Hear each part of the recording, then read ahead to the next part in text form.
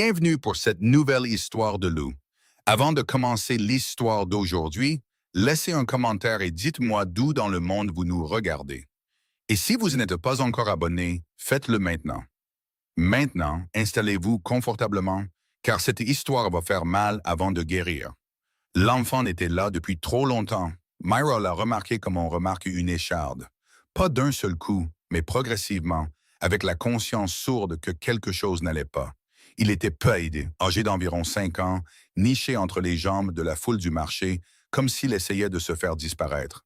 Cheveux sombres, des yeux sérieux, bien trop vieux pour son visage. Il portait une petite sacoche en bandoulière, du genre de celle que portent les fils de marchands, et il serrait la lanière à 2 mains, si fort que ses jointures étaient devenues blanches. Il ne pleurait pas, c'est ce qui serrait le cœur de Myra. Les enfants de cet âge, ils pleurent quand ils ont peur. Ils gémissent, ils cherchent quelqu'un, ils font du bruit. Ce garçon ne faisait rien de tout cela. Il observait, scrutant la foule comme une proie scrute une plaine dégagée, cherchant quelque chose, cherchant quelqu'un. Myra posa son fagot d'Achillée millefeuille séché et fit semblant de réarranger son étal. Elle avait passé 3 ans à devenir très douée pour faire semblant de ne rien remarquer. 3 ans à Thornwall, une ville de loups neutre, le genre d'endroit où personne ne demandait de quelle meute vous veniez, et où personne ne s'en souciait tant que vous payiez les frais de votre étal et que vous gardiez la tête basse. 3 ans à vendre des herbes et des teintures aux humains comme aux loups, laissant ses cheveux pousser assez longs pour couvrir son cou, bandant ses poignets avec des bandes de lin pour que les faibles marques d'oméga sur ses avant-bras restent cachées. 3 ans de survie prudente, silencieuse, invisible. Elle ne devrait pas regarder cet enfant. Elle regarda quand même. Il ne pouvait pas être là depuis plus de 20 minutes, mais 20 minutes, c'est long sur une place de marché quand on est petit et seul. 2 hommes étaient déjà passés 2 fois près de lui. Des hommes grands, à l'air rude, du genre à porter leur loup à fleur de peau comme une seconde peau. Ils n'étaient pas marchands. Ils n'avaient pas d'étal, pas de marchandises, aucun autre but ici que de tourner en rond. Et il ne cessait de revenir vers le garçon. « Ne fais pas ça, se dit Myra. Ne le fais pas. Tu ne connais pas cet enfant. Tu ne connais pas sa meute. Tu ne peux pas te permettre d'être vu. Tu ne peux pas te permettre d'attirer l'attention. Tu ne peux pas. » Les yeux du garçon croisèrent les siens, juste comme ça. À travers 6 mètres de bruit, de poussière et de cordes du marché, son regard la transperça, comme s'il avait su depuis le début qu'elle l'observait. Son menton tremblait, à peine, juste assez. Il fit un petit pas délibéré vers son étal, puis un autre, puis il se tint devant elle, et il était encore plus petit de près. Et il sentait le pain et quelque chose de plus sauvage en dessous. Et il leva vers elle ses yeux anciens et épuisés et dit « S'il vous plaît, juste ça.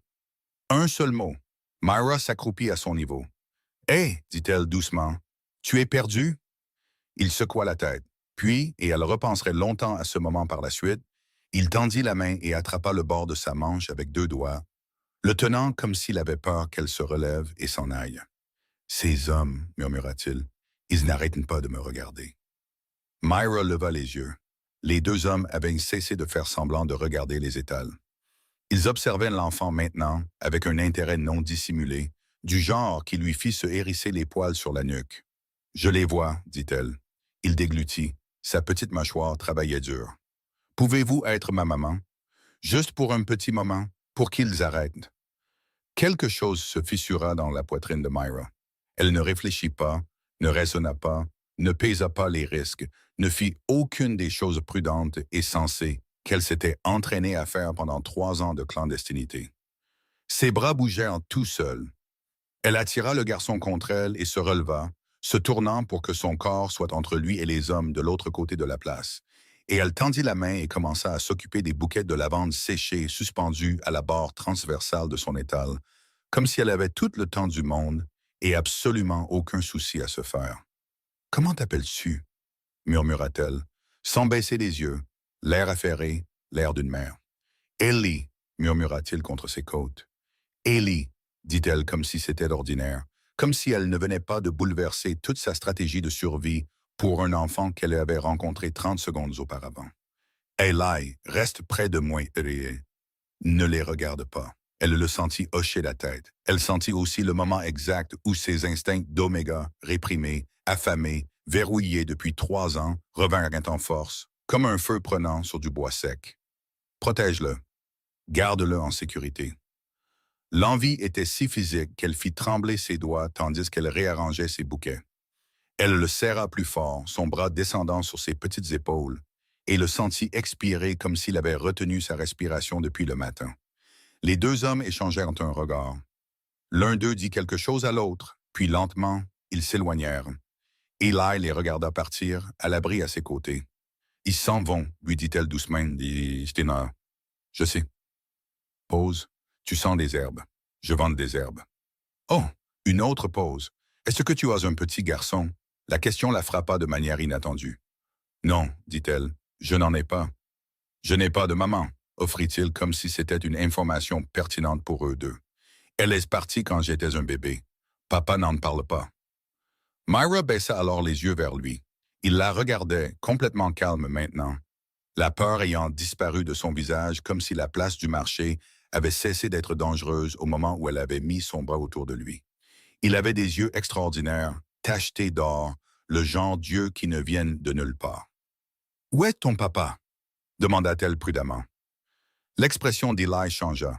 Quelque chose de secret traversa son visage, rapide comme une ombre. « Il arrive, » dit simplement le garçon. « Il arrive toujours.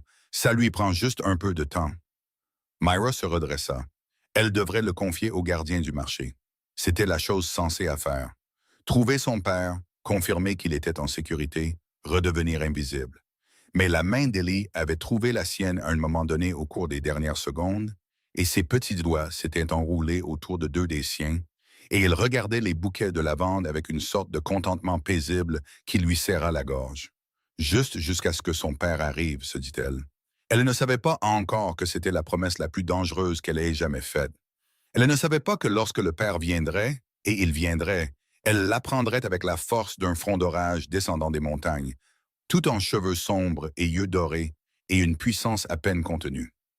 Il regarderait son fils endormi contre son épaule, et quelque chose se passerait sur son visage qu'il passerait les semaines suivantes à faire semblant de ne pas avoir vu. Elle ne savait rien de tout cela.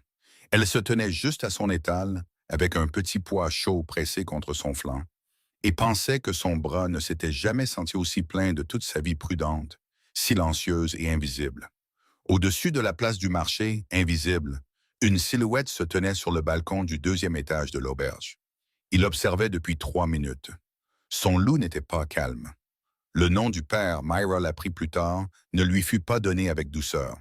Il arriva comme il le faisait, sans avertissement, sans douceur, avec une sorte de présence qui faisait s'écarter la foule avant même qu'il ne le demande. Elle entendit d'abord le changement dans le marché. C'était toujours comme ça avec les loups puissants. L'air changeait avant leur apparition. Les conversations s'arrêtaient une demi-phrase trop tôt. Les marchands se redressaient sans savoir pourquoi. Même les chevaux attachés aux poteaux lointains se taisaient, les oreilles couchées, les naseaux frémissant à quelque chose que leurs cavaliers ne pouvaient pas sentir. Myra le sentit dans sa colonne vertébrale. Elle était en train d'attacher un petit bouquet de camomille pour qu'elle aille le tienne. Il avait demandé quelle était son odeur, et elle lui expliquait la différence entre la fleur séchée et la fleur fraîche, et il écoutait de tout son corps, comme le font les petits-enfants, complètement absorbés, quand le garçon s'immobilisa. Pas l'immobilité effrayée de tout à l'heure. Quelque chose de différent, familier. « Papa, dit-il. » Myra leva les yeux. L'homme qui traversait la foule vers eux était... Elle aurait du mal à le décrire plus tard à qui que ce soit, car chaque mot qu'elle cherchait semblait insuffisant. Cheveux sombres, oui. Bâti comme quelqu'un qui a passé beaucoup de temps à porter des choses lourdes et qui a cessé de remarquer le poids. Sa mâchoire était serrée en une ligne qui ne s'était probablement pas adoucie depuis des années, et ses yeux, quand ils trouvèrent son fils, étaient dorés, exactement comme ceux d'Eli, brillants, ardents et incontestablement ceux d'un loup. Ils balayèrent le garçon une fois, vérifiant, cataloguant, comme le font les yeux d'un père quand un enfant a été hors de vue trop longtemps, puis ils se posèrent sur elle. Myra devint très immobile. Elle était soudain consciente de chaque chose qu'elle avait passé 3 ans à essayer de contrôler. Ses poignets enveloppés de lin, la position de ses cheveux, le vide prudent qu'elle gardait sur son visage en présence de Lou dominant. Le genre de vide qui disait « Rien d'intéressant ici, continuez à circuler ». Ça n'a pas marché. Son regard se posa sur elle et y resta. « Qui êtes-vous » dit-il. Ce n'était pas une question. Les mots tombèrent, plats et froids comme la pierre. « C'est ma maman » dit joyeusement Eli, tendant la main pour prendre celle de Myra. Le silence qui suivit fut extraordinaire. Myra vit quelque chose traverser l'expression de l'homme. La surprise d'abord, puis quelque chose qu'elle ne put nommer. Là est parti si vite qu'elle faillit le manquer. Sa mâchoire se serra. Il s'accroupit au niveau d'Ellie, un genou sur le sol poussiéreux, et prit le garçon par les épaules à deux mains. « Ellie ». Sa voix était différente maintenant, plus basse, prudente. « Qu'est-ce que je t'ai dit à propos de t'éloigner? » « Que je ne devais pas, dit Ellie, pas le moins du monde coupable. Mais je ne me suis pas éloigné, papa. Je suis resté sur la place comme tu l'as dit. Et puis ces hommes me regardaient et elle m'a aidé. » Le regard de l'homme revint sur Myra. « Quels hommes? » « Deux d'entre eux, dit Myra. Elle garda sa voix égale. « Grand, pas d'étal. Ils ont tourné 2 fois autour du garçon avant que... » Elle fit une pause. « Avant qu'il ne vienne à moi. » Quelque chose changea derrière ses yeux. Rapide, sombre et dangereux. « Quelle direction? » dit-il. « Extrémité est de la place. Il y a 20 minutes, peut-être plus. » Il se leva, regarda vers l'est, puis de nouveau vers elle. Ses narines bougèrent et Myra sentit son estomac se nouer car elle savait exactement ce qu'il faisait. Chaque loup de cette ville savait lire les odeurs et elle avait été négligente. Elle avait tenu le garçon. Elle l'avait serré contre elle. 3 ans d'entretien prudent d'une odeur neutre et elle avait tout brisé en moins d'1 heure parce qu'un petit enfant l'avait regardé avec un menton tremblant. « Vous êtes l'herboriste, dit-il. »« Oui. » Celle du 3e étal, au coin de la rangée du film. Elle devint soigneusement vide. « Vous avez observé mon étal. »« J'ai tout observé. » Il le dit sans s'excuser. « Combien de temps est-il resté avec vous? »« Moins d'1 heure. Il avait peur. Je l'ai gardé près de moi. » Ellie, qui s'était apparemment lassée de la conversation des adultes, s'était glissée derrière les jambes de Myra et regardait son père de derrière sa hanche comme si c'était parfaitement normal, comme si elle était un meuble qu'il possédait depuis des années. L'homme regarda cela, son fils caché derrière les jambes d'une étrangère complètement imperturbable. Sa gorge bougea. « Viens ici, Ellie, dit-il. »« Dans 1 minute, dit Eli. »« Maintenant, Hitman. » Eli vint, traînant lentement les pieds, mais il vint, et puis il se retourna du côté de son père, regarda Myra et dit avec une sincérité dévastatrice de 4 ans, « Tu seras là demain? » La poitrine de Myra fit quelque chose de compliqué. « Je suis là tous les jours. » « Bien. » Il hocha la tête comme si cela réglait quelque chose.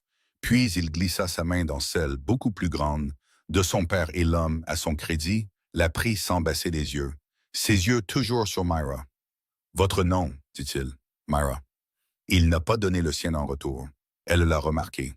Il soutint son regard 2 secondes de plus que nécessaire. Le genre de regard soutenu qui signifiait que le loup derrière les yeux travaillait encore, lisait encore, retournait encore quelque chose.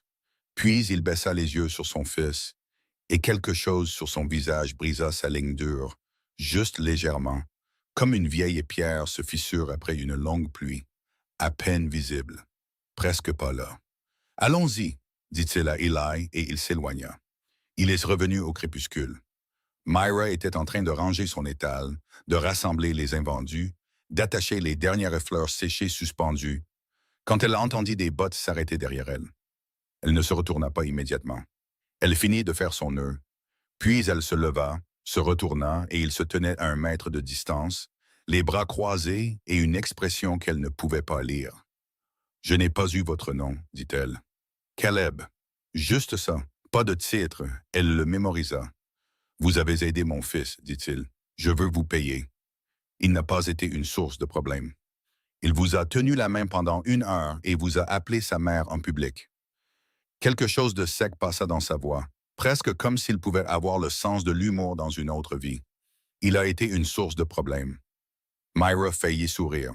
Elle se retint à temps. « Je n'ai pas besoin de paiement. Je ne demande pas ce dont vous avez besoin. » Il plongea la main dans son manteau et en sortit une pièce. Une seule pièce, mais son poids et sa couleur la firent cligner des yeux. Cela représentait un mois de frais d'étal, peut-être 2. Pour votre peine, dit-il, et pour votre silence. Il y eut... Elle regarda la pièce, puis lui. Le silence à propos de quoi, exactement? Pause. À propos du garçon. Je ne sais rien sur le garçon, dit-elle honnêtement, sauf qu'il est malin, qu'il aime la camomille et qu'il a un père qui vient le chercher avec un visage d'orage. Ses yeux se plissèrent légèrement. Pas ceux de colère. Autre chose. Gardez ça comme ça, dit-il. Il posa la pièce sur le bord de son étal et s'éloigna pour la 2e fois. Myra regarda la pièce un long moment, puis elle la ramassa et la retourna. D'un côté, une tête de loup estampée. Pas une meute qu'elle reconnaissait des territoires neutres. Pas un sceau de famille de marchands. Pas un blason de seigneur. La marque d'un roi. Son sang se glaça. Elle leva les yeux. Il était déjà parti, avalé par la foule du soir, et elle se tenait seule à son étal avec la pièce d'un roi dans la main et l'odeur des pains. La sienne, réalisa-t-elle maintenant, sous celle du garçon, flottant encore faiblement dans l'air. Oméga, murmura son loup, à moitié délirant, ce qui était absurde, ce qui était dangereux, ce qui était la pire chose qui puisse arriver. Compagnon. Absolument pas, dit Myra à personne en particulier, et elle fourra la pièce dans la poche de son tablier et commença à ranger son étal avec l'énergie concentrée d'une femme essayant très fort de ne pas penser. Elle n'a pas bien dormi. Ce n'était pas inhabituel. Elle n'avait pas bien dormi depuis 3 ans. Mais cette nuit-là, c'était pire. Une agitation qui vivait dans sa peau plutôt que dans son esprit. Son loup faisait de lents cercles dans sa poitrine, attiré par quelque chose vers quoi il n'avait aucune raison d'être attiré. Elle resta allongée sur son lit étroit dans la chambre au-dessus de l'apothicaire, fixant le plafond et pensant à la main d'Eli dans la sienne, comme elle s'y était adaptée naturellement. Comme le poids de lui contre son flanc avait semblé moins un fardeau et plus quelque chose qui revenait à sa place.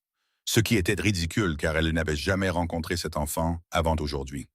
Elle pensa à la pièce, à la marque dessus. Elle pensa aux yeux de Caleb quand il avait trouvé son fils blotti contre elle.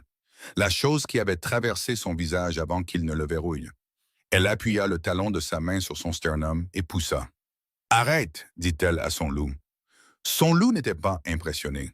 Au moment où la lumière pâle commença à s'infiltrer sous les volets, elle avait pris une décision. Elle irait au marché. Elle travaillerait à son étal. Elle ne chercherait pas le garçon. Elle ne chercherait pas son père. Elle rendrait la pièce à la première occasion, car garder l'argent d'un roi était le genre d'attention qu'elle ne pouvait pas se permettre. Et elle retournerait à son invisibilité. Simple, sûre, survivable. Elle était à mi-chemin de sa tournée matinale du jardin d'herbe quand elle entendit le portail. Elle se redressa, se retourna. Eli se tenait au portail du jardin avec sa petite sacoche et ses 2 yeux si vieux et un bouquet de fleurs sauvages qu'il avait clairement cueillies sur la route, la moitié des racines encore attachées, de la terre tombant des tiges tendues vers elle avec une grande cérémonie. « Je t'ai apporté ça, dit-il. » Myra regarda les fleurs, puis l'enfant, puis la route vide derrière lui. « Où est ton père? » demanda-t-elle prudemment. L'expression d'Eli était l'image même de l'innocence. « Il a dit que je pouvais aller au marché. »« Ce n'est pas le marché. C'est sur le chemin. » Il poussa les fleurs plus loin vers elle. La terre était maintenant sur sa chemise. « Tu les aimes? » Myra regarda les fleurs sauvages, des jaunes pour la plupart. Quelques violettes, le genre qui poussait sur le bas-côté près de la portette, ce qui signifiait qu'il avait marché plus loin que le marché pour les trouver. Elle les prit. Elle ne put s'en empêcher. « Entre, dit-elle, car l'alternative était de renvoyer un enfant de 4 ans seul sur la route. Et elle en était incapable. « Je vais les mettre dans l'eau. » Eli rayonna comme si elle lui avait donné quelque chose. Il la suivit à l'intérieur avec l'aisance d'un enfant qui a décidé qu'un endroit est sûr. Et Myra pensa, pas pour la première fois et pas pour la dernière, que ce garçon allait être la fin de sa vie prudente et invisible. Elle ne savait juste pas encore avec quelle minutie son père achèverait le travail. Caleb trouva son fils à la table de l'herboriste. Ce n'était pas là qu'il avait laissé son fils. Il avait laissé son fils à l'auberge avec Dre, son garde le plus fidèle. Un loup qui avait survécu à 3 tentatives d'assassinat et à une guerre frontalière, avec des instructions spécifiques de garder le garçon dans la chambre jusqu'à ce que Caleb revienne de sa reconnaissance matinale du périmètre de la ville. Dar allait passer un après-midi très désagréable. Mais d'abord, Caleb se tint dans l'embrasure de la porte de l'apothicaire et regarda la scène devant lui et sentit quelque chose bouger dans sa poitrine qu'il n'avait pas ressenti depuis très longtemps. Assez longtemps pour qu'il ne le reconnaisse presque pas. Eli était assis sur un tabouret en bois à une table de travail basse, sa petite langue sortant en concentration, attachant soigneusement, douloureusement soigneusement, des taiges séchées en bouquet tandis que Myra travaillait à côté de lui. Elle ne le maternait pas, ne le faisait pas pour lui. Elle travaillait juste à son propre rythme, assez près pour qu'il puisse regarder et copier, ajustant occasionnellement ses mains sans faire d'histoire à propos de la correction. Il parlait. Il ne pouvait pas entendre de quoi. Mais Eli hochait la tête avec la gravité concentrée qu'il réservait aux choses qu'il considérait comme vraiment importantes, et Myra souriait presque. Presque. Comme si elle avait oublié un instant de garder son visage immobile. Le loup de Caleb devint très silencieux. C'était la chose qu'il ne pouvait pas expliquer, qu'il n'avait pas pu expliquer depuis la veille. La qualité du silence dans lequel son loup tombait autour de cette femme. Pas l'immobilité agressive qu'il utilisait avant un combat. Pas l'immobilité froide de l'évaluation de la menace. Quelque chose d'autre. Quelque chose qui ressemblait inconfortablement à de l'apaisement. Comme une chose qui avait été agitée pendant des années s'asseyant enfin.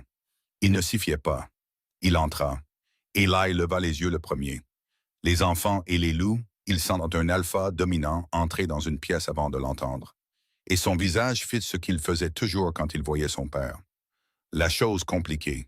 Le soulagement, la lassitude et l'amour tout entremêlés. L'expression d'un enfant qui aimait profondément son parent et savait aussi qu'il avait des ennuis dans une certaine mesure. « Papa, dit-il. »« Ne dis rien, dit Caleb doucement. Myra avait levé les yeux maintenant aussi. Elle s'était redressée de la table de travail et toute l'ouverture qui avait été sur son visage avait disparu, remplacée par le vide prudent qu'il avait remarqué la veille. Elle était douée pour ça. Trop douée pour une herboriste de Villeneuve. Il y avait pensé. Il a frappé, dit-elle. Je ne l'ai pas invité à passer le portail. Je ne suis pas en colère contre vous. Vous avez l'air en colère. C'est mon visage. Pause. Quelque chose changea dans son expression. Pas tout à fait un sourire. Presque. Dre va se sentir très mal, offrit Eli pour aider. Je suis parti pendant qu'il dormait. Il ronflait très fort. Caleb regarda son fils. Nous en discuterons plus tard. Es-tu très fâché? Finisse ton bouquet. Eli, décidant apparemment que c'était acceptable, retourna à ses tiges. Caleb traversa la pièce et se tint à la table de travail en face de Myra. Elle ne recula pas. Il le nota. La plupart des gens reculaient. « Je dois vous parler, dit-il. Vous êtes en train de parler. En privé. » Elle regarda Eli. « Il peut attendre dans le jardin d'herbe. Il y a un banc. Il aime les abeilles. » Caleb jeta un coup d'œil à son fils, qui se redressait déjà au mot « abeille », de la manière spécifique qui signifiait qu'il avait des opinions bien arrêtées sur les abeilles et qu'il les partagerait longuement si l'occasion se présentait. 3 minutes plus tard, Eli était dans le jardin, accroupi à côté d'un buisson de lavande, narrant ses observations sur les abeilles à personne en particulier. Et Caleb se tenait dans l'apothicaire avec la porte tirée, et Myra le regardant de l'autre côté de la table de travail, comme si c'était une frontière qu'elle avait décidé de maintenir. Femme intelligente. « Vous avez trouvé la marque sur la pièce, dit-il. » Ce n'était pas une question. Il l'avait laissée en partie comme un test. Il n'en était pas fier. « Hier soir, dit-elle, et vous n'avez pas quitté la ville. » Quelque chose vacilla sur son visage. Pourquoi aurais-je quitté la ville? Parce qu'une femme intelligente qui trouve la pièce d'un roi dans un territoire neutre et comprend ce que cela signifie, aurait 2 réponses possibles. Fuir ou en tirer parti. Il la regarda fixement. Vous n'avez fait ni l'un ni l'autre. Il y a une 3e option, dit-elle. S'occuper de ses propres affaires et retourner au travail. Le silence qui suivit était étrange. On ne lui avait pas parlé comme ça depuis des années.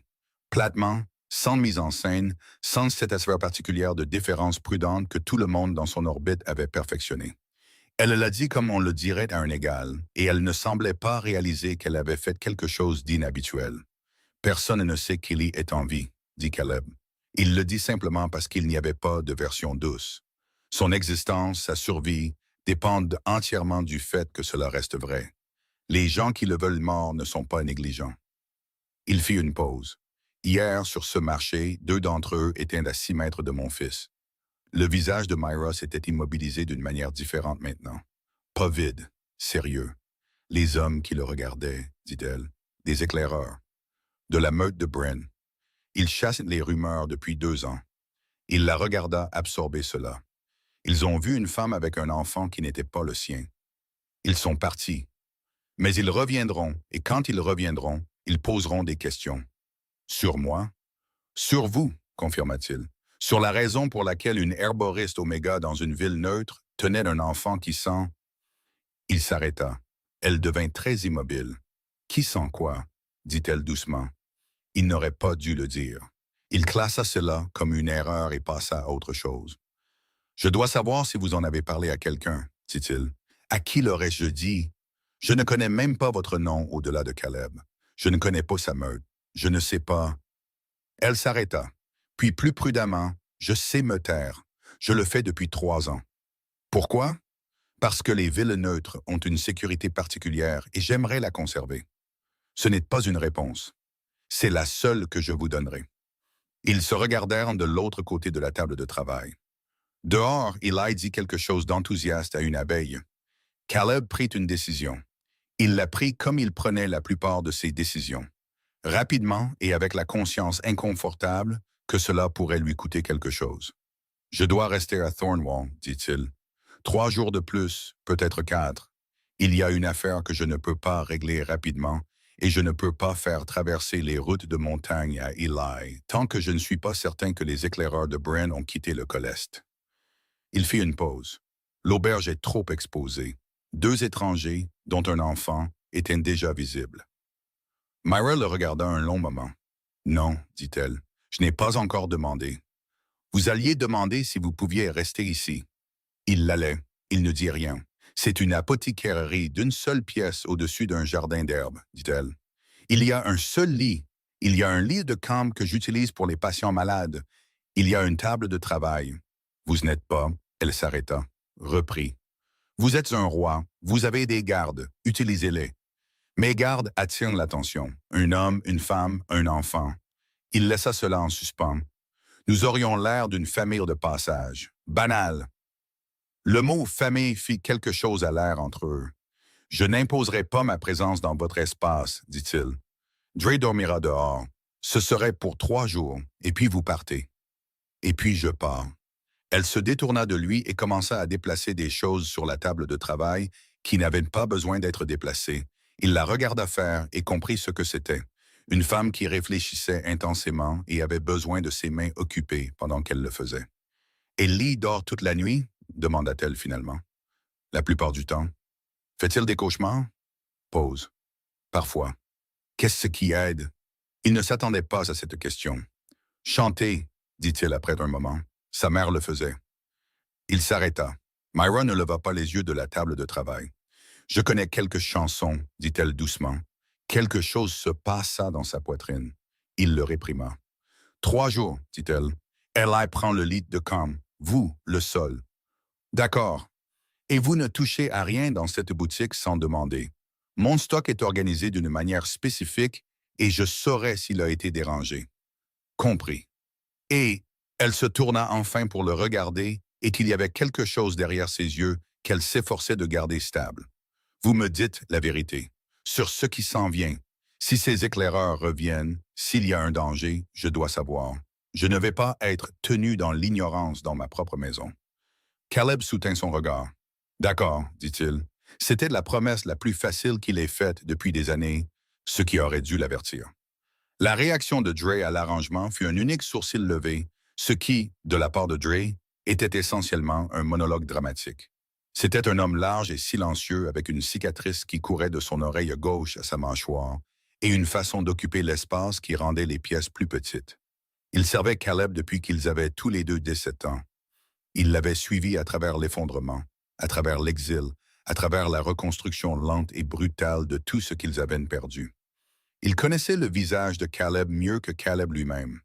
Il le lisait maintenant, debout dans l'embrasure de la porte de l'apothicaire, regardant de son roi à l'herboriste, à l'enfant qui inspectait déjà chaque armoire de la pièce. 3 jours, dit Caleb.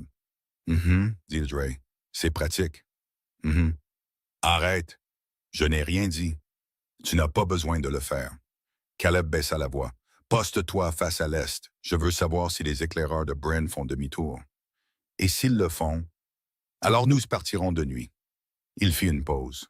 Doucement, Dre regarda Myra, qui expliquait à Ellie quelle armoire il n'avait absolument pas le droit d'ouvrir et pourquoi. Sa voix patiente et ferme d'une manière qui ravissait clairement le garçon. Puis, il regarda de nouveau Caleb avec une expression complètement neutre et profondément irritante. 3 jours, dit-il. 3 jours, confirma Caleb. Dre hocha la tête et alla prendre son poste, et Caleb se tint au milieu de l'apothicaire et regarda son fils presser son oreille contre une porte d'armoire pour entendre s'il y avait quelque chose à l'intérieur. Et la femme s'accroupissant à son niveau pour lui dire que les herbes ne faisaient pas de bruit, mais qu'elle comprenait l'impulsion, et il pensa, 3 jours. Il pouvait gérer 3 jours. Il ne pouvait pas gérer 3 jours. Le premier signe est apparu ce soir-là. Il était assis par terre, le dos contre le mur du fond. Il avait refusé le lit de camp par principe. Myra avait argumenté, il avait été inflexible. Elle lui avait finalement jeté une couverture à la tête et dit « Très bien ». Il parcourait le rapport d'éclaireur que Dre lui avait passé quand Ellie commença à lutter contre le sommeil. Ce n'était pas inhabituel. Eli luttait contre le sommeil comme il luttait contre la plupart des choses qu'il ne voulait pas, de manière créative et avec un grand engagement. Il avait bu 2 verres d'eau, il avait eu besoin de regarder par la fenêtre. Il avait une question sur les abeilles qui ne pouvait vraiment pas attendre. Myra avait géré chaque demande avec la patience spécifique de quelqu'un qui avait décidé de simplement tenir plus longtemps que l'enfant. Et Caleb avait regardé depuis le sol et ressenti la double sensation étrange d'amusement et de culpabilité, parce que ce n'était pas son travail et elle le faisait sans qu'on le lui demande. Quand les yeux d'Eli commencèrent enfin à se fermer, il tendit la main dans la pénombre et trouva la manche de Myra. « La chanson, dit-il, déjà à moitié endormi. Comme Dre a dit que tu en connaîtrais une. » Myra s'immobilisa, lança un regard à Caleb. Il garda son visage neutre. Elle regarda de nouveau Eli. Et puis, assez doucement pour que ça traverse à peine la pièce, elle chanta. Caleb ne connaissait pas la chanson. Elle était vieille, du genre de vieillesse qui vit dans les os d'une langue plutôt que dans ses mots. Une mélodie basse et errante qui se déplaçait comme un ruisseau sur la pierre. Sa voix n'était pas à travailler. Elle se brisait légèrement sur les notes hautes et elle chanta le deuxième couplet un peu plus vite que le premier, comme si elle l'avait à moitié oublié et retrouvait son chemin. C'était imparfait et réel, et ça traversa la pièce et frappa Caleb quelque part derrière le sternum avec une force inattendue.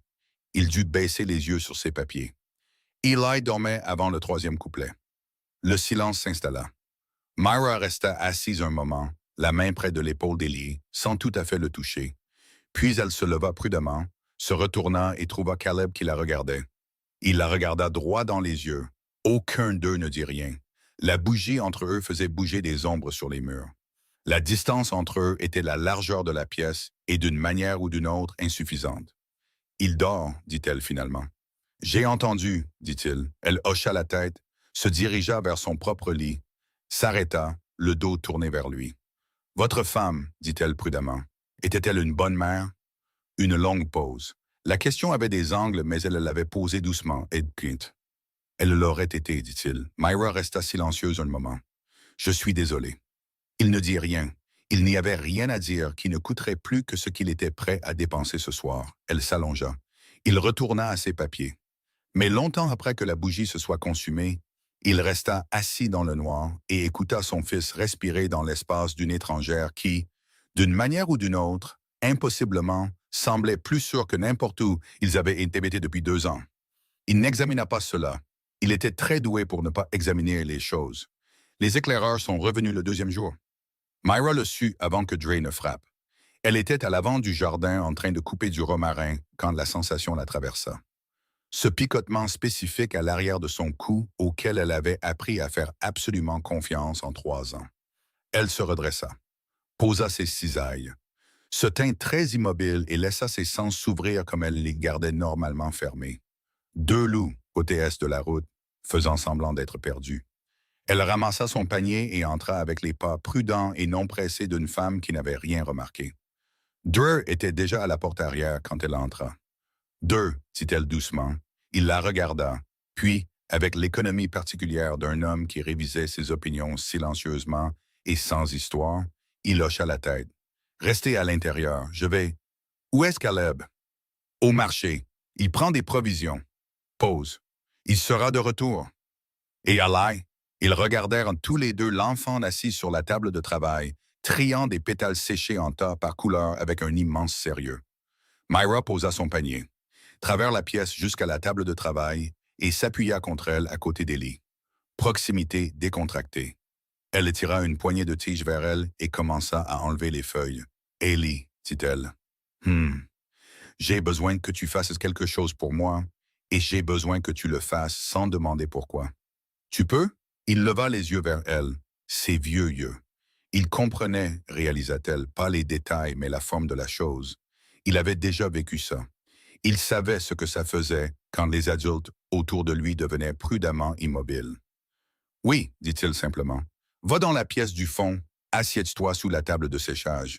Ne sors pas avant que ton père ou moi ne venions te chercher. » Il descendit du banc sans un mot de plus, ramassa une petite poignée de pétales comme s'il les emmenait pour lui tenir compagnie et disparut par la porte arrière. Myra retourna à ses tiges. Elle l'entendit frapper 2 minutes plus tard. Elle ouvrit la porte avec de la farine sur les mains. Elle avait pris les 3 secondes pour les passer dans le bol de farine sur l'étagère, établissant une raison d'être affairée à l'avant de la boutique, et regarda les 2 hommes sur son seuil avec l'expression qu'elle avait perfectionnée pendant 3 ans. Douce, ouverte, légèrement distraite, une femme interrompue au milieu de quelque chose. Ils étaient grands, habillés comme des voyageurs, ce qui était le costume et rien d'autre. L'un avait des yeux pâles et la vigilance plate particulière d'un traqueur entraîné. L'autre était plus large, c'est lui qui parlait. « Pardon, maîtresse, » dit le plus large. Sa voix était douce, trop douce, le genre de douceur qui vient de la pratique. « Nous sommes de passage, nous cherchons un enfant, un garçon d'environ 4 ans, cheveux sombres. Sa famille est morte d'inquiétude. Vous avez vu quelque chose comme ça?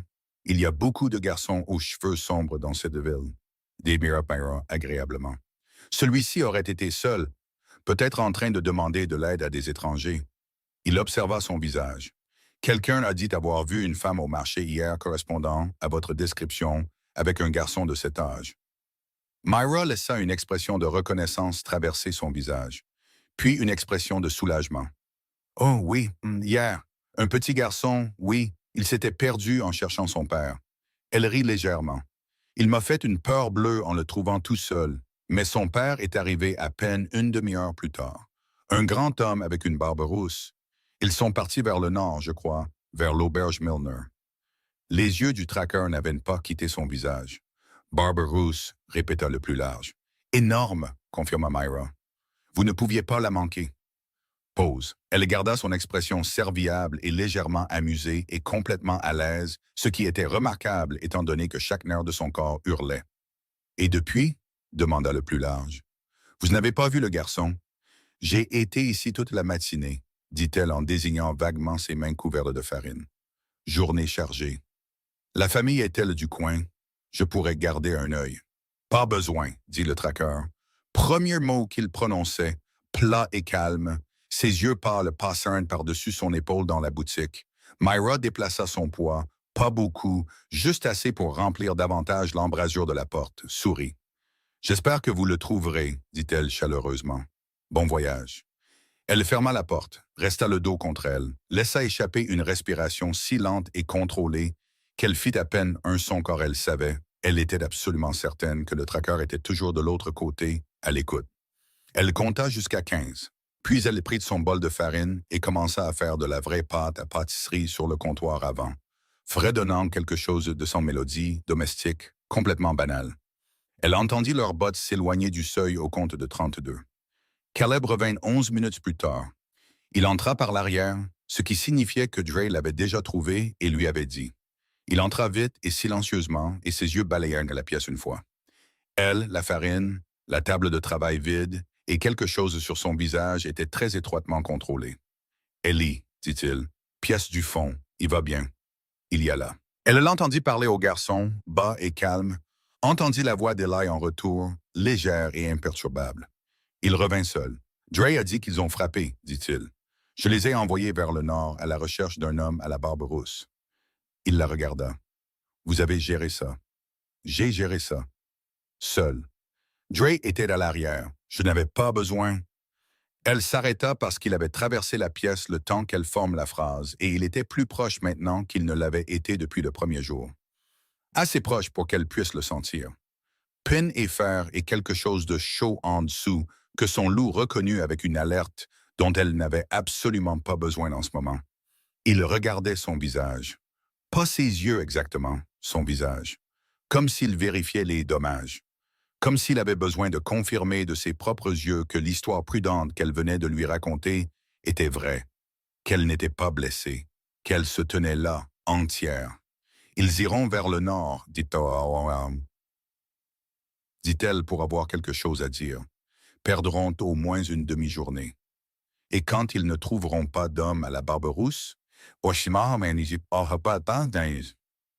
alors ils reviendront, et je n'aurai jamais entendu parler d'aucun enfant, et mon visage sera exactement aussi ennuyeux qu'il l'est en ce moment. Quelque chose bougea dans sa mâchoire. « Vous n'êtes pas ennuyeuse, dit-il. » C'était si simplement déclaré, avec si peu de conscience apparente de l'effet que ça produisait, que Myra sentit l'arrière de son cou se réchauffer. Elle se retourna vers sa patte. « Combien de temps de plus vous faut-il? » demanda-t-elle. « À Thornwall. » Pause. « Le contact que je dois rencontrer est fiable, mais lent. Ce soir peut-être. Demain matin au plus tard. Alors demain matin, vous partez. » Myra. C'était de l'accord. « Je sais. » Il resta silencieux un moment. « Je ne le romps pas. » Elle continua à travailler la pâte. Ses mains connaissaient le mouvement. Elles n'avaient pas besoin qu'elle y prête attention, ce qui était une chance car son attention était entièrement occupée par les 2 mètres d'hommes compliqués et exaspérants qui se tenaient derrière elle. « Vous auriez pu être blessé, dit-il. Je ne l'ai pas été. Vous auriez dû attendre Dre. Dre à ma porte, ça fait garde. » Elle se tourna pour le regarder par-dessus son épaule, juste brièvement. « Une femme seule, ça fait une femme seule. C'était plus sûr à ma façon. » Il soutint son regard. Sa mâchoire faisait ce qu'elle faisait quand il réfléchissait à quelque chose qu'il ne voulait pas dire. « Vous aviez peur, dit-il finalement. « Bien sûr que j'avais peur. Vous ne l'avez pas montré. »« Je sais. » Une autre pause, plus longue. « Comment savez-vous faire ça? » dit-il. Ce n'était pas tout à fait une accusation. C'était plus calme que ça. Plus comme quelque chose avec quoi il était assis depuis 2 jours et qu'il avait finalement dit à voix haute par accident. Myra se retourna vers sa patte. Ne répondit pas. Il n'insista pas. Elle le remarqua. La façon dont il posait des questions et laissait ensuite le silence qui suivait être ce qu'il était. Pas d'oppression. Pas d'exigence.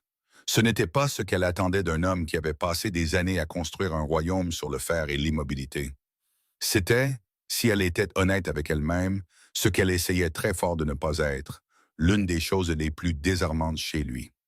Ce soir-là, Eli décida qu'ils devaient manger ensemble.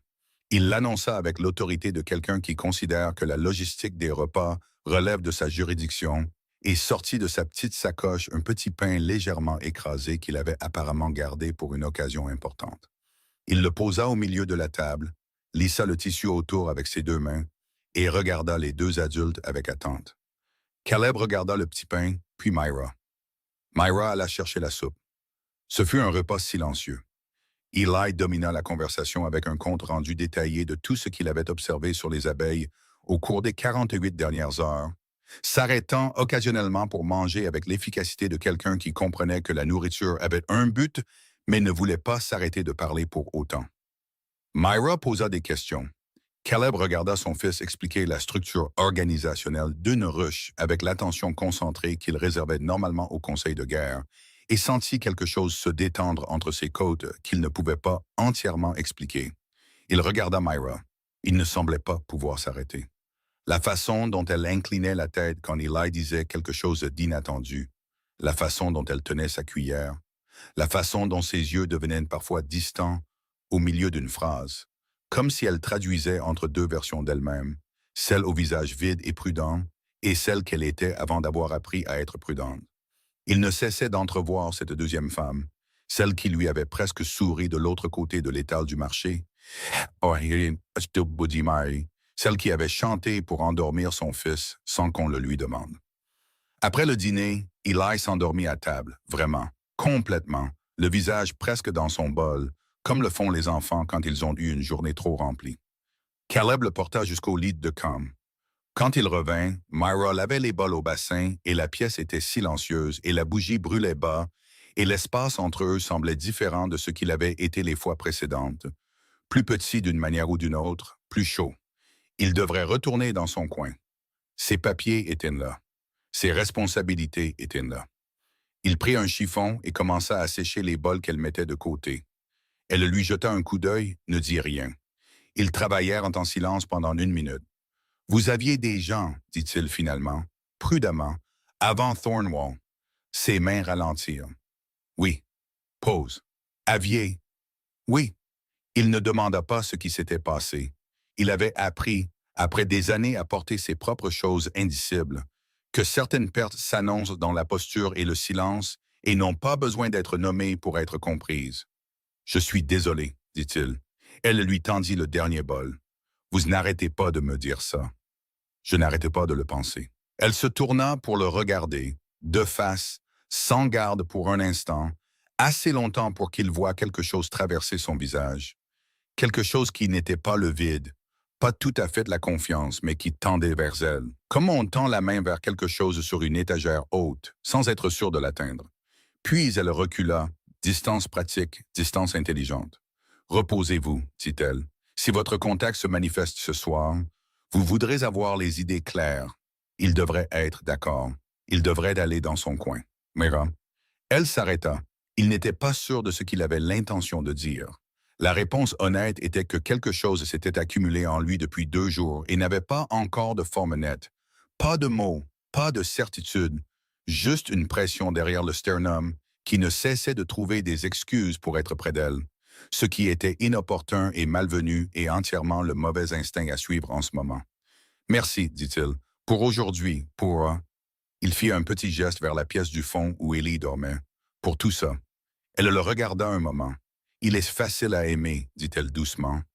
Votre fils. » Quelque chose dans sa poitrine se serra. « Je sais, dit-il. » Elle soutint son regard un battement de plus que nécessaire, assez longtemps pour qu'il soit conscient de la proximité exacte de la distance et de ce qu'il faudrait pour la franchir et qu'il y pensait, et qu'elle savait qu'il y pensait parce que sa respiration avait légèrement changé. Un petit hoquet qu'elle couvrit rapidement. Puis elle se tourna et alla se coucher. Caleb resta au bassin un long moment.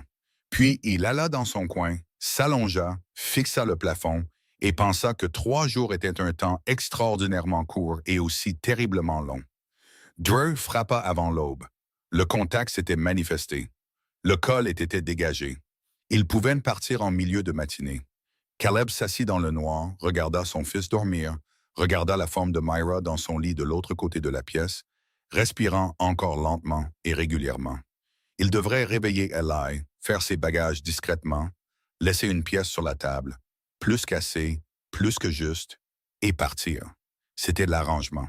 C'était de la chose sensée, la chose sûre, la chose qui ne compliquait pas une situation déjà compliquée. Il se leva, alla à la table de travail, trouva un bout de papier et un bâton de charbon qu'elle utilisait pour étiqueter son stock. Il écrivit 2 mots, puis s'arrêta, les fixa, écrivit autre chose en dessous. Il laissa le papier sur la table de travail où elle le trouverait. Il réveilla Eli. Elle trouva la note à la première lueur du jour. 2 lignes d'une écriture qui appuyait plus fort que nécessaire, comme si la main tenant le charbon le serrait fermement. « Vous n'êtes plus en sécurité ici. Ils ont vu votre visage. » Et en dessous, avec une pression légèrement différente, comme si cela avait été écrit après une pause. « Je suis désolé. » Myra se tint à la table de travail et le lut 2 fois. Puis elle se tourna et regarda le lit de camp vide, la couverture soigneusement pliée, la petite tache de saleté sur le mur à côté où Eli avait appuyé sa chaussure dans son sommeil. Elle regarda ces choses un long moment. Puis elle fit la chose la plus stupide, la plus dangereuse, la plus inévitable qu'elle aurait pu faire. Elle fit un sac. Elle les rattrapa à la porte nord, non pas parce qu'elle était rapide, bien que 3 ans de matin précoce et de lourds paniers d'herbe l'ayant rendue plus en forme qu'elle n'en avait l'air, mais parce qu'Eli avait refusé de partir sans dire au revoir. Il avait apparemment communiqué à son père en s'asseyant sur la route et en devenant un objet inamovible. Caleb était accroupi devant lui quand elle passa la porte, parlant à voix basse, le genre de voix basse qui signifiait qu'il essayait très fort d'être patient et que cela lui demandait d'un effort considérable. Dre se tenait un peu à l'écart, les bras croisés, faisant une excellente imitation d'un homme qui ne regardait rien de tout cela. Eli la vit le premier. Son visage fit quelque chose d'énorme et d'immédiat, et de complètement sans retenue. Une joie pure et simple, le genre que les adultes passent des années à apprendre à modérer et que les enfants de 4 ans déploient comme une arme. Il fut sur ses pieds avant que Caleb ne puisse réagir, traversant la route en courant, et Myra eut à peine le temps de laisser tomber son sac avant qu'il ne la percute de plein fouet, les bras autour de sa taille, le visage pressé contre son ventre. « Tu es venu, dit-il, étouffé par son manteau. « Je suis venu, dit-elle. Elle leva les yeux. Caleb s'était redressé. Il se tenait sur la route, la regardant avec une expression qu'elle n'avait jamais vue sur lui auparavant. Pas le vide contrôlé, pas l'autorité prudente, pas le quasi-humour qu'elle avait entrevu. C'était quelque chose de brut, quelque chose qui n'avait pas eu le temps de s'arranger correctement parce qu'elle était arrivée avant qu'il ne s'y attende. Il eut très brièvement l'air d'un homme qui avait récupéré quelque chose qu'il s'était déjà résigné à perdre. Puis il se referma. Mais elle l'avait vu. « Vous avez lu la note, dit-il. C'est pour ça que je suis là. La note disait que vous n'étiez pas en sécurité. » Je sais ce qu'elle disait. C'était censé être un avertissement, pas un. Il s'arrêta, regarda son sac, Eli toujours attaché à sa taille, puis de nouveau son visage. « Qu'est-ce que vous faites, Myra? »« Je viens avec vous. » Le silence fut significatif. Dar fit un petit bruit qui n'était pas tout à fait une toux. « Vous ne pouvez pas, dit Caleb. Vous l'avez dit vous-même. Ils ont vu mon visage. » Elle garda sa voix égale, pas provocante, juste factuelle, comme elle avait appris à présenter les choses au loup dominant. Pas d'agressivité, juste la forme simple et non décorée de la vérité. « 2 éclaireurs de Bren savent maintenant à quoi je ressemble et que j'étais seul avec votre fils. Que je les ai aidés volontairement ou qu'ils obtiennent l'information d'une autre manière, cela ne change rien à votre problème. » Elle fit une pause. « Je suis déjà dedans. Vous m'y avez mise au moment où vous l'avez laissé sur ce marché. » La mâchoire de Caleb bougea. « Je ne l'ai pas laissé, dit-il sèchement. « Je sais que non. Ce n'est pas ce que je... » Elle se força à ralentir. « Je ne vous accuse pas. Je vous dis que la situation est ce qu'elle est et que retourner à l'apothicaillerie et faire semblant de ne rien savoir n'est plus une option. Alors j'aimerais savoir où nous allons pour pouvoir décider si c'est un endroit où je peux être utile. » Une longue pause. Eli tira sur son manteau. « C'est un château, offrit-il pour aider. Il est très grand. Papa dit que je peux avoir un chien quand on rentrera à la maison. »« Tu ne peux pas avoir de chien, » dit Caleb sans baisser les yeux. « Il dit ça, mais il veut dire oui, » lui dit gravement Eli. Myra regarda Caleb. Il regardait de nouveau son sac, le lisant, réalisa-t-elle, calculant ce que signifiait le fait qu'elle l'ait fait, ce qu'elle avait choisi d'apporter, ce qu'elle avait choisi de laisser. « C'est 3 jours de marche sur des routes de montagne, dit-il. J'ai marché plus loin que ça pour arriver à Thornwall. Ce n'est pas un voyage confortable. Je vends des herbes pour vivre. Je suis familière avec l'inconfort. » Une autre pause. La lumière du matin montait, dorée, au-dessus de la porte, derrière elle, et la route devant était pâle et vide, et quelque part au loin, un oiseau se faisait entendre avec beaucoup d'enthousiasme. « Si vous venez, dit-il prudemment, vous venez sous ma protection, ce qui signifie mes règles, mes décisions. Si je vous dis de courir, vous courez. Si je vous dis de rester, vous restez. » Ses yeux rencontrèrent les siens. Ce n'est pas une invitation à être consulté à chaque tournant. Et si vos décisions sont mauvaises? Alors j'aurai tort, je vous le dirai quand vous l'êtes. Je m'attends à ce que vous le fassiez. Quelque chose passa entre eux. Pas un accord, exactement.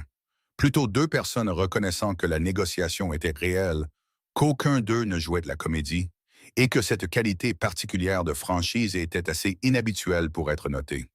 Très bien, dit-il. Très bien, dit-elle. Eli fit un bruit de profonde satisfaction personnelle. L'opinion de Dre sur le nouvel arrangement fut, comme toujours, entièrement exprimée par sa posture. Il se mit au pas à côté de Myra alors qu'ils s'engageaient sur la route du Nord, lui jeta un long regard de côté, puis de nouveau vers l'avant. « Vous avez bien géré les éclaireurs, dit-il. Merci.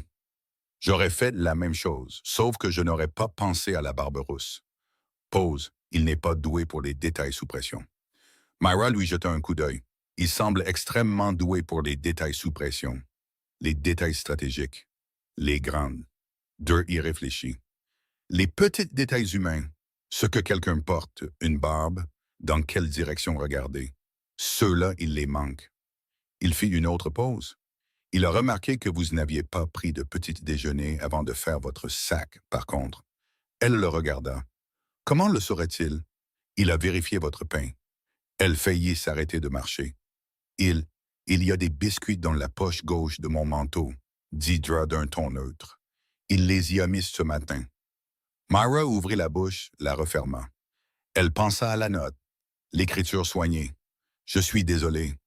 Elle regarda devant elle Caleb qui marchait à 10 pas devant, avec Eli sur ses épaules maintenant. Le garçon montrant des choses sur la colline et Caleb inclinant la tête en arrière pour regarder ce qu'Eli montrait, répondant à voix basse qu'elle ne pouvait pas entendre. Ils allaient bien ensemble, ces deux-là. Des rythmes différents, mais les mêmes. La même qualité d'attention. Le même sérieux pour les choses qui le méritaient. Elle plongea la main dans la poche gauche de Dre et en sortit d'un biscuit. Il était encore chaud. Ils campèrent la première nuit à l'abri d'un affleurement rocheux au-dessus de la limite des arbres. Le vent avait des dents à cette altitude, et au moment où Dre eut allumé un feu, le froid avait trouvé toutes les failles du manteau de Myra et s'y installait confortablement. Eli était inconscient avant même que le feu ne prenne complètement. La marche de la journée avait finalement eu raison de son énergie considérable, et il s'était effondré en pleine phrase, tenant toujours un bâton qu'il utilisait pour dessiner des cartes dans la terre. Caleb ramassa le bâton et le mit de côté, étendit son propre manteau sur son fils et se rassit de l'autre côté du feu. Myra enroula ses mains autour de sa tasse et regarda les flammes. « Le château, dit-elle. Combien ça m'est de personnes sont au courant pour Eli. C'est qu'il regardait aussi le feu. 7 maintenant. Que pense-t-il qu'il lui est arrivé? Le reste de la meute? Une longue pause. Il pense qu'il est smart. Sa voix était plate. Avec sa mère, la version officielle est une fièvre. Il ramassa une petite pierre à côté de lui, la tourna entre ses doigts. C'était mieux ainsi. Personne ne chercherait un enfant mort, mais quelqu'un l'a découvert. Quelqu'un découvre toujours. Il posa la pierre. La meute de Bren a un réseau d'espions qui ferait honte à la plupart des royaumes. Ils ont su en 6 mois que l'enfant avait survécu, ce qui signifiait que chaque moment que nous passions sur le territoire était... Il s'arrêta, reprit. Je l'ai déplacé 4 fois en 2 ans. Thornwall devait être temporaire. Devait être, dit-elle. Il lui jeta un coup d'œil. Il est difficile à déplacer quand il ne veut pas y aller. Il a 4 ans. Il a des opinions. Il en a vraiment. Le feu crépita. Dur était une forme sombre plus bas sur l'affleurement, montant la garde avec la patience concentrée de quelqu'un qui avait fait la paix avec les nuits froides il y a longtemps. Sa mère, dit Myra prudemment, vous n'êtes pas obligé. Elle s'appelait Seren. Il le dit simplement, comme s'il avait décidé de le dire avant qu'elle ne finisse de demander. Elle est morte dans la même attaque que la meute de Bren a imputée à une fièvre. Ils sont allés plus loin dans le territoire que nous ne le savions. Il fit une pause. Eli avait 3 semaines. Myra resta silencieuse. Il ne l'a jamais connu, dit Caleb. Je pense que c'est... Il s'arrêta. Sa mâchoire travailla. Je ne sais pas si c'est une miséricorde ou la pire partie. Les 2, dit Myra. Probablement. Il la regarda. Oui, dit-il après un moment. C'est exactement ça. Le feu bougeait entre eux, projetant lumière et ombre sur les plans de son visage, et Myra pensa à ce qu'il en coûtait à une personne de porter quelque chose comme ça. Pas seulement le deuil, mais sa forme, la solitude particulière de pleurer quelqu'un que votre enfant ne pourrait jamais pleurer avec vous.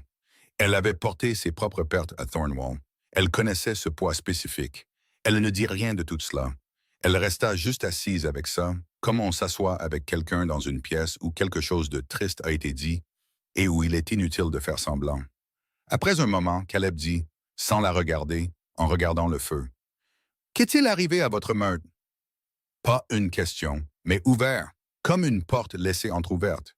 Il y réfléchit. « Ils ont essayé de m'échanger, dit-elle, à un alpha voisin, un arrangement politique. J'avais 17 ans. » Elle garda sa voix égale.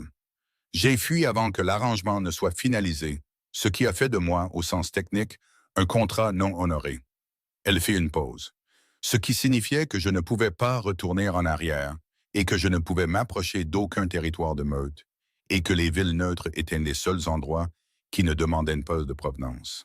« Silence, 17 ans, dit-il. Elle l'entendit inspirer lentement, comme le son d'un homme qui retient quelque chose. « Combien de temps avez-vous fui avant Thornwall? » demanda-t-il. « 2 ans, différentes villes. » Elle sourit presque. « Je suis devenu doué avec les herbes. Vous êtes devenu doué pour disparaître. » Même compétence, application différente. Il resta silencieux un moment. Puis, si bas qu'elle faillit le manquer sous le vent. « Vous méritiez mieux que ça. » Myra le regarda. Il regardait toujours le feu, la ligne de son profil contre l'obscurité, la commissure de sa bouche, l'immobilité particulière qui l'habitait. Pas le vide qu'elle avait d'abord lu, elle comprenait maintenant, mais l'immobilité de quelqu'un qui ressentait les choses profondément et avait appris à rester très silencieux à ce sujet. « Vous aussi, dit-elle. » Il tourna la tête. Leurs yeux se rencontrèrent à travers le feu et la distance n'était pas très grande. Elle en prit conscience comme on prend conscience du bord de quelque chose quand on s'est approché assez près pour sentir le vide. La conscience chargée particulière de la proximité et de la lumière du feu, et tout ce qui s'était accumulé pendant 3 jours ne trouvant plus de place pour être ignoré. Ses yeux se déplacèrent vers sa bouche. Juste pour une seconde, de retour à ses yeux. Elle le sentit comme une main pressée sur son sternum. Il détourna le regard le premier. De retour au feu. Sa mâchoire était serrée. « Reposez-vous, dit-il. » Sa voix était plus rauque qu'auparavant. « Longue journée demain. » Myra regarda le feu un autre moment. Puis elle s'allongea, ferma les yeux et écouta le vent passer sur la roche et dit à son loup, fermement, sans négociation, de se taire. Son loup ne se tut pas. Le 2e jour fut plus difficile. La route se rétrécit en un col de montagne qui exigeait une file indienne, et le froid devint sérieux, et l'énergie d'Eli, entièrement restaurée par 8 heures de sommeil, trouva de nouvelles et créatives issues dans l'espace confiné d'un sentier de montagne.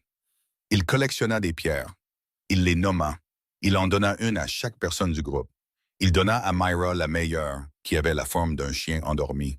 « Parce que tu aimes les animaux, » lui dit-il sérieusement. « Je n'ai jamais dit ça. »« Tu parles aux abeilles, » dit-il comme si cela réglait la question. Elle regarda la pierre. Elle ressemblait vraiment à un chien endormi. « Merci, Eli. » Il rayonna et passa à la recherche de la pierre suivante. Caleb apparut à son épaule. Il avait été à l'avant du groupe toute la matinée, maintenant la distance prudente et tournée vers l'avant d'un homme qui avait réfléchi à quelque chose toute la nuit et avait décidé de ne plus y penser. « Il m'a donné une pierre en forme de nuage, dit-il. Il en a donné une à Dre en forme d'épée. Bien sûr qu'il me l'a fait. » Pause. Il a planifié qui reçoit quoi depuis notre départ. Je pouvais l'entendre marmonner à ce sujet. Elle baissa les yeux sur sa pierre de chien endormi. Il a beaucoup réfléchi à la mienne. Caleb ne dit rien pendant un moment. Puis, il fait ça avec les gens qu'il a décidé d'être importants. Sa voix était prudente, neutre. Une fois qu'il décide que c'est très difficile de lui faire changer d'avis, elle comprit ce qu'il disait réellement. Elle fit semblant de ne pas comprendre parce que c'était plus facile. « C'est un bon garçon, dit-elle. Il l'est. » Pause. Il tient ça de sa mère. Elle le regarda. « Je pense que vous pourriez avoir tort à ce sujet. » Il lui jeta un regard de côté. « La façon dont il observe les gens, dit-elle, à modestie. Très prudent, très immobile, et puis tout d'un coup, ce n'est pas quelque chose que vous lui avez appris. » Elle soutint son regard. « C'est quelque chose qu'il a appris en vous regardant. » Caleb regarda la route devant lui. Quelque chose traversa son visage qu'il laissa passer, ne le verrouilla pas, le laissa juste passer comme le temps. Vous remarquez des choses, dit-il. Je vends des herbes à tous ceux qui passent par une ville neutre. On apprend à lire les gens rapidement ou on se fait d'avoir. Ce n'est pas ça, dit-il doucement. Elle ne répondit pas, mais elle tint la pierre de chien endormie tout le chemin jusqu'au camp du soir,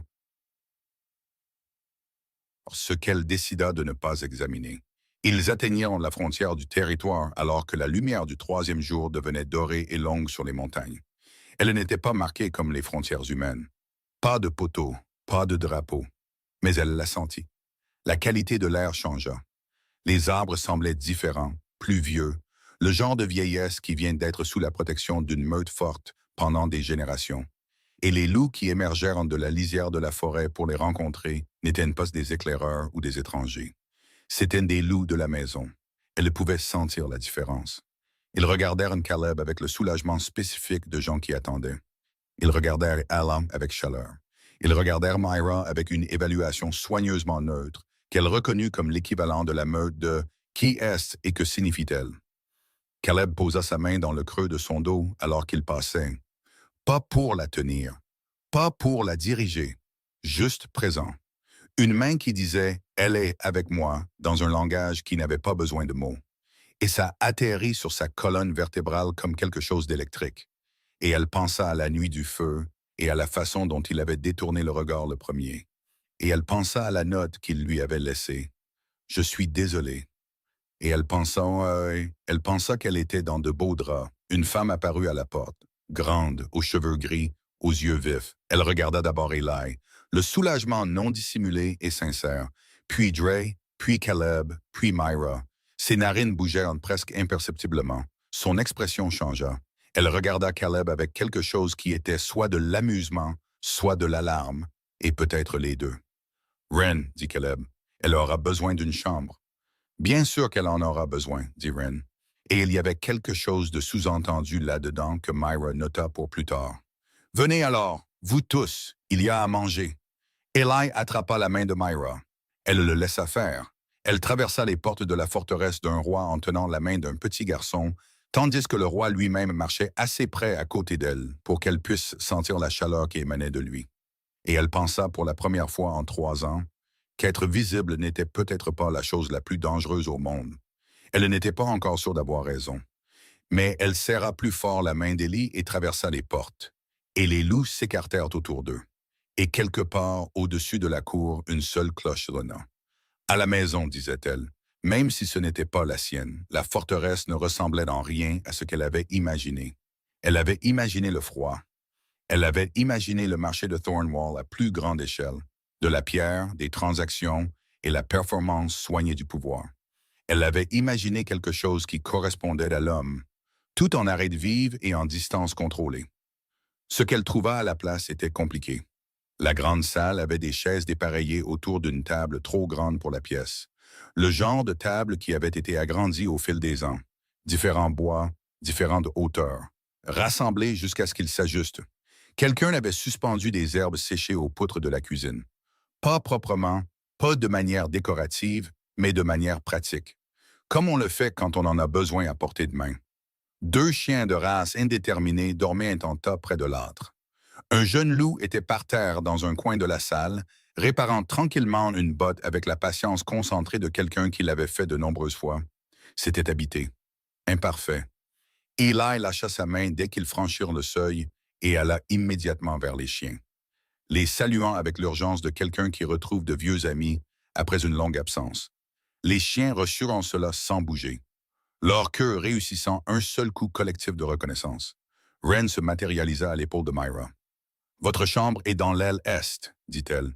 Je vous y conduirai quand vous serez prête. Merci. Vous voudrez probablement prendre un bain d'abord? » Ce n'était pas une question. 3 jours sur les routes de montagne avaient une façon de se faire connaître. La cuisine aura de la nourriture dans 1 heure. Rien de formel. Nous ne faisons pas dans le formel. Pause. Observation. Myra la regarda. Vous n'êtes pas la gouvernante. La bouche de Ren tressaillit. Non. Ancienne de la meute. Assez proche. Elle avait le visage de quelqu'un qui avait passé des décennies à regarder les gens arriver à cette forteresse et à en tirer des conclusions. Elle en tirait une maintenant. Myra pouvait le sentir. Depuis combien de temps le connaissez-vous? 4 jours. Ren la regarda fixement. Dit-elle d'un ton qui en contenait beaucoup. Ce n'est pas, commença Myra. Je n'ai rien dit. Vous avez dit Je dis tout le temps. Elle fit un geste vers les escaliers. Venez, je vais vous montrer la chambre. La chambre était petite et orientée à l'est comme promis. Murs en pierre, un lit étroit avec un vrai matelas, une fenêtre qui donnait sur ce qui, au printemps, serait un potager et qui était actuellement un arrangement très organisé de plates-bandes couvertes de givre que Myra trouva vraiment réconfortant. Quelqu'un avait mis une bougie sur le rebord de la fenêtre. Quelqu'un avait mis une deuxième couverture au pied du lit. Elle s'assit sur le bord du matelas, regarda la couverture et pensa à qui avait arrangé ces choses. Elle pensa à un biscuit chaud dans la poche du manteau de Dre. Elle posa ses paumes à plat sur ses cuisses, regarda le jardin de givre et essaya d'avoir une conversation rationnelle avec elle-même. Vous êtes une oméga non accouplée dans la forteresse d'un roi, pensa-t-elle. Vous êtes ici parce que vous avez été rendu visible par les circonstances. Vous n'êtes pas ici pour autre chose. Vous avez aidé un enfant. Vous avez été utile. C'est le début et la fin de ce que c'est. Son loup fit un bruit de profonde incrédulité. « Arrête, lui dit-elle. On frappa à la porte. » Elle se redressa. « Oui. » Caleb ouvrit la porte. Il s'était changé. Chemise propre, pas de poussière de la route, cheveux encore humides sur les bords. Il avait l'air différent à l'intérieur de ses propres murs. Pas plus doux, exactement, mais la vigilance particulière qu'il portait sur la route s'était transformée en autre chose. Quelque chose qui ressemblait presque à de l'aisance. Si l'aisance était une chose qu'il se souvenait de savoir faire. Il la regarda sur le bord du lit, la façon dont ses mains étaient à plat sur ses cuisses. « Le bain est prêt, dit-il, au bout du couloir. »« Merci. » Il ne partit pas. Elle le regarda. « Ren voudra vous parler demain, dit-il. De votre statut ici, formellement. Je veux que vous le sachiez avant elle pour qu'il n'y ait pas... Je ne veux pas que vous soyez surprise. »« Mon statut, dit-elle prudemment. Votre présence ici a besoin d'une explication que la meute comprend. » Il choisissait ses mots avec une précision qui signifiait qu'il y avait réfléchi. « Officiellement, vous êtes ici en tant que guérisseuse. En tant que quelqu'un, Kelly, il fit une pause. En tant que quelqu'un qui nous a aidés sur la route, c'est la version simple. Et la version compliquée? » Il la regarda dans les yeux, ne dit rien. Le silence était énorme. Caleb. Elle se leva, pas vers lui, juste debout, ayant besoin de ne pas être assise pour cette conversation. J'ai besoin que vous disiez les choses clairement, quelles qu'elles soient. Je ne suis pas doué pour... Elle fit un geste vague. Je ne gère pas bien les choses qui tournent en rond. Il la regarda un long moment. Mon loup vous a réclamé, dit-il. Clair, complètement clair. Pas d'adoucissement, pas de cérémonie, juste le fait posé là comme quelque chose de lourd qui avait été porté trop loin. Myra sentit le sol bouger légèrement sous ses pieds. Vous êtes... avant le marché, avant même que je ne vous atteigne. Sa mâchoire était serrée. J'étais sur le balcon. Je regardais pour trouver Eli et je vous ai regardé. Je vous ai regardé mettre votre corps entre mon fils et ses hommes sans savoir qui il était, sans rien à y gagner. Et mon loup... Il s'arrêta, reprit. Ce n'est pas quelque chose que j'ai choisi. Je veux que vous le sachiez. Je ne vous le dis pas parce que j'en attende quelque chose ou parce que j'ai l'intention de... Je vous le dis parce que vous avez dit que vous vouliez de la franchise et que vous méritez de savoir pourquoi je vous ai amené ici au lieu de vous envoyer dans lieu sûr. Il la regarda directement. Ce n'était pas seulement pratique. La bougie entre eux faisait le même mouvement qu'elle avait fait à travers le feu 3 nuits auparavant. Des ombres qui bougent. Et Myra pensa à chaque petite chose qu'elle avait emmagasinée sans le vouloir. Le manteau sur ses épaules, le biscuit dans la poche de Dre. Je suis désolé, dans une écriture appuyée. La façon dont il avait marché assez près à la porte pour qu'elle puisse sentir la chaleur qui émanait de lui. Depuis combien de temps? Dit-elle, sa voix sortant plus bas qu'elle ne l'avait prévu. Est-ce que je sais? Depuis le balcon. Pause. Est-ce que je l'admets? Depuis environ 40 secondes. Quelque chose dans sa poitrine se fissura le long d'une vieille ligne. Pas douloureusement. Comme la glace se fissure au printemps, pas en se brisant, mais en se libérant. « Je suis une oméga, dit-elle. Vous le savez. Oui. Votre meute, ma meute suit ma direction. Sa voix était stable. Quoi que vous décidiez, quoi que je décide, répéta-t-elle, c'est votre décision. Il le dit sans hésitation, sans réserve. Et elle comprit alors que ce n'était pas une performance. C'était juste lui, clair, sous tout ce qu'il s'était construit. Juste un homme qui avait appris à la dure que forcer les choses coûtait plus qu'elle ne donnait. Je ne vous impose rien, je vous dis ce qu'il en est, et je vous dis que quoi que vous en fassiez, vous avez une place ici. Guérisseuse, aide, rien du tout, comme vous en avez besoin. Pause. Je vous dois bien ça. Elle le regarda. Vous ne devez rien. Je vous dois votre boutique, dit-il, et 3 ans de sécurité prudente. Et il s'arrêta. Quelque chose traversa son visage. Je vous dois une vie ordinaire à laquelle vous ne pourrez pas retourner. Elle pensa à l'apothicaire, le 3e étage sur la rangée du film, la lavande séchée, les bandes de lin autour de ses poignets, le vide pratiqué, 3 ans à être invisible, à être prudente, à être petite. Elle pensa à la main d'Élie dans la sienne. Elle pensa à chanter une chanson dont elle se souvenait à peine et à entendre la pièce se taire. Je n'aimais pas cette vie, dit-elle. Il était très immobile. Je survivais, dit-elle. C'est différent. Je pensais que c'était la seule option, alors je m'en suis accommodée et j'étais... C'était bien, c'était sûr. Elle regarda ses mains. Mais je parlais aux abeilles parce qu'il n'y avait personne d'autre à qui parler et je n'avais touché personne depuis 3 ans. Pas correctement, pas d'une manière qui n'était pas une transaction. Et quand votre fils mit sa main dans la mienne, sa voix se brisa légèrement. Elle la laissa faire. Je n'ai pas voulu la rendre. Le silence entre eux était d'une qualité différente maintenant. Pas chargé, pas prudent, juste plein. La plénitude spécifique de 2 personnes qui ont dit la vraie chose et se tiennent ensemble dans les suites de cela. Caleb traversa la pièce. Il s'arrêta devant elle. Proche, le plus proche qu'ils aient été sans une dispute ou une urgence entre eux. Et il la regarda avec ses yeux dorés et son visage ouvert d'une manière qu'elle ne l'avait jamais vu. Toute l'architecture soignée de celui-ci avait disparu. Il leva la main, lentement, lui donnant tout le temps du monde. Sa jointure effleura sa mâchoire. Juste ça. À peine un contact, à peine quelque chose, mais elle le sentit comme on sent la première vraie chaleur du printemps. Pas dramatique, juste soudainement et indubitablement présent après une longue absence froide. Myra, dit-il. Son nom dans sa bouche avait toujours eu un poids différent de partout ailleurs. Elle en était consciente depuis le marché. Je sais que c'est rapide, dit-il. Je sais que vous n'avez aucune raison de... Il s'arrêta. Son pouce bougea légèrement contre sa mâchoire et ce qu'il avait l'intention de dire ensuite ne vint pas. Il regarda sa bouche, de retour à ses yeux. Arrêtez de penser à ce que j'ai des raisons de faire, dit-elle doucement. Il fit un son bas dans sa poitrine. Pas tout à fait des mots. Elle était consciente de la distance précise entre sa bouche et la sienne. 1 pouce, moins.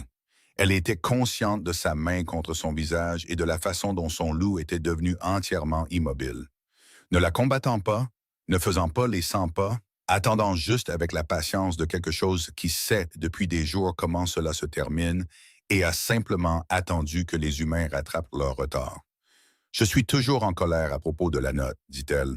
Je sais, dit-il, vous auriez pu me réveiller. Je sais, dit-il, la prochaine fois. Il n'y aura pas de prochaine fois, dit-il, et elle sentit la conviction là-dedans. Le poids d'une promesse d'un homme qui n'en faisait pas à la légère. Et puis il combla la dernière distance entre eux et ses lèvres touchèrent les siennes, et ce ne fut pas dramatique. Pas une collision. C'était de la façon dont elle avait imaginé que les choses qui reviennent se sentaient toujours dans la meilleure version. Comme une porte qui avait été gonflée et fermée pendant des années, s'ouvrant enfin doucement. Sa bouche était chaude et prudente, puis moins prudente alors que sa main trouva le devant de sa chemise, et elle le sentit expirer contre elle comme s'il avait retenu cette respiration depuis le balcon. Elle lui rendit son baiser avec 3 ans de silence, de solitude et de suppression volontaire de tout ce qu'elle était derrière elle. Et elle sentit cela le traverser, et ses bras l'entourèrent. Et la vie froide, vide et prudente qu'elle s'était construite recula comme l'eau se retire du rivage. Quand ils se séparèrent, son front tomba sur le sien. Ils restèrent comme ça, juste à respirer. « Eli va être insupportable à ce sujet, dit-il. » Elle rit. Rit vraiment, un vrai rire, surpris, le genre qui vient de quelque part en dessous du calcul. Elle sentit sa poitrine bouger contre la sienne. Presque un rire de sa part. Il pense déjà qu'il a tout organisé, dit-elle. Il pense probablement qu'il l'a fait. N'est-ce pas le cas? Caleb recula assez pour regarder son visage. Quelque chose dans son expression était nouveau, sans garde d'une manière que soupçonnait-elle, très peu de gens avaient jamais vue. Chaud, presque déconcerté, comme les gens le sont quand quelque chose de bien arrive qu'ils avaient cessé d'attendre. Ouais, dit-il doucement. Je pense que c'est peut-être le cas. Ils le dirent à Eli le lendemain matin, ou plutôt, Eli le leur dit. Il entra dans la cuisine à l'aube, jeta un coup d'œil aux deux assis à table avec leurs tasses et cette qualité spécifique de proximité qui n'avait aucune distance entre eux et dit « Je le savais », avec la satisfaction complète et totale d'un enfant de 4 ans qui a manigancé quelque chose et accepte ce qui lui est dû. « Bois ton lait, dit Caleb. Je le savais depuis le marché, continua Ellie en se hissant sur sa chaise. Quand elle m'a tenu la main, je pensais qu'elle devrait rester. Il regarda Myra avec un grand sérieux. « Je suis content que tu sois resté. » Myra regarda ce petit garçon aux yeux anciens, intrigants, au cœur énorme, et sentit quelque chose s'installer dans sa poitrine comme une pierre trouvant le fond d'une eau calme. Solide, final et exactement là où il devait être. « Moi aussi, dit-elle. » Eli hocha la tête, satisfait. « Alors, on peut avoir le chien maintenant? » « Non, dit Caleb. « Il veut dire oui, dit Ali à Myra. Je l'ai entendu dire non. »« Il veut dire oui d'une manière plus profonde, expliqua patiemment Eli. Caleb regarda le plafond. Myra enroula ses 2 mains autour de sa tasse et regarda la cuisine. Les chaises dépareillées, les herbes séchant aux poutres, les 2 chiens s'arrangeant déjà avec espoir au pied de Ellie. Et elle pensa aux vies invisibles et aux vies visibles, à la sécurité et à ce que cela signifiait réellement, à la différence entre survivre à une chose et la vivre. Elle pensa à une main sur une manche, sur une place de marché. « S'il vous plaît, avait-il dit. Juste ça, et elle n'avait pas hésité. 3 semaines plus tard, Ren la trouva dans le potager. Le gel commençait à s'adoucir. Pas encore le printemps, pas de près, mais la qualité spécifique du froid avait changé, perdu sa permanence, commençait à sembler temporaire comme le fait le froid quand quelque chose de plus chaud est en route. Myra retournait les plates-bandes, y incorporant du compost du tas de la cuisine, planifiant ce qui irait où. Des plants d'enfants, du calendula le long du mur sud, de la grande camomille près de la porte où elle se sèmerait et se répandrait. Un véritable séchoir avant la saison des pluies. Les plantes signifiaient rester. Elle en était consciente. Elle les avait faites quand même. La réunion de la meute est demain, dit Ren en s'asseyant sur le muret du jardin, avec l'aisance de quelqu'un qui en était propriétaire. Il va rendre ça officiel. Myra continua de retourner à la terre. Je sais. Êtes-vous prête? Pour quelle partie? N'importe laquelle. Ren la regarda. La meute l'acceptera. La plupart d'entre eux l'ont déjà fait. Eli est très persuasif. Mais ce sera quand même un changement, et le changement demande de l'ajustement, et vous avez été très... Elle inclina la tête. Silencieuse. Depuis votre arrivée. Je suis toujours silencieuse. Oui, mais c'est un silence différent. Ren réfléchit. Moins comme se cacher, plus comme réfléchir. Myra posa la bêche et regarda le jardin. J'ai réfléchi à ce que cela signifie, dit-elle. D'être ici, de rester. Elle fit une pause. J'ai passé beaucoup de temps à me faire petite pour que personne ne me regarde. C'est très... regardez. Ça demande un peu d'ajustement. Vous êtes la compagne choisie du roi, dit Ren simplement. Les gens vont vous regarder. Je sais. Ça ne vous dérange pas autant que vous le pensiez. Ce n'était pas une question. Myra la regarda. Non, dit-elle. Ça ne me dérange pas. Ren sourit. C'était le premier vrai sourire que Myra voyait de sa part. Pas les expressions prudentes et mesurées d'une femme qui avait appris à lire les pièces avant de décider de ce qu'elle allait montrer. Juste un sourire. Bien, dit-elle. Il sourit maintenant. Je ne sais pas si vous le saviez. Il ne le faisait pas avant. Elle descendit du mur. La meute l'a remarqué. C'était tout ce dont tout le monde parlait pendant une semaine. Elle fit une pause. Eli a dit à tout le monde qu'il l'avait planifié. Il l'a planifié, dit Myra. Je sais, c'est pour ça que personne n'a discuté.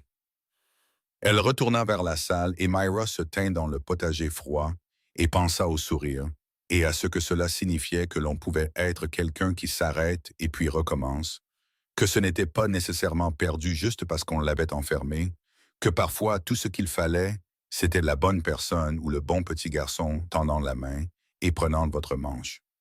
Le soleil passa par-dessus le mur aide et les plates-bandes couvertes de givre s'illuminèrent de blanc puis d'or à mesure qu'il se déplaçait sur elle, et Myra pensa à ceci. Pas le château, pas le titre, pas même l'homme, bien qu'elle pensât à lui avec une constance qui avait cessé de la surprendre. Juste ceci, des jardins à entretenir, des herbes à faire pousser, un enfant qui lui apportait des fleurs sauvages, un homme qui laissait des biscuits chauds dans la poche de quelqu'un d'autre et appelait ça rien. Être regardé par des gens qui étaient heureux de la voir. C'était la chose que 3 ans d'invisibilité prudente lui avaient coûté. Pas la sécurité, pas la liberté. Juste ceci. La chose ordinaire, extraordinaire d'être connue. Elle ramassa sa bêche, elle avait des plates-bandes à retourner. Le printemps arrivait. Merci beaucoup d'être resté avec nous pour chaque acte de Son parfum, son secret. Si cette histoire vous a touché au bon endroit et au bon moment, dites-le moi ci-dessous. Dites-moi d'où vous regardez. Dites-moi quel moment vous a le plus marqué. Et si vous n'êtes pas encore abonné à la chaîne, c'est le moment de le faire. D'autres histoires arrivent. Et si vous avez aimé Myra et Caleb, vous ne voudrez absolument pas manquer la suite. D'ici là, prenez soin de vous. Et peut-être, allez dire à quelqu'un qu'il compte pour vous. On se retrouve dans la prochaine vidéo.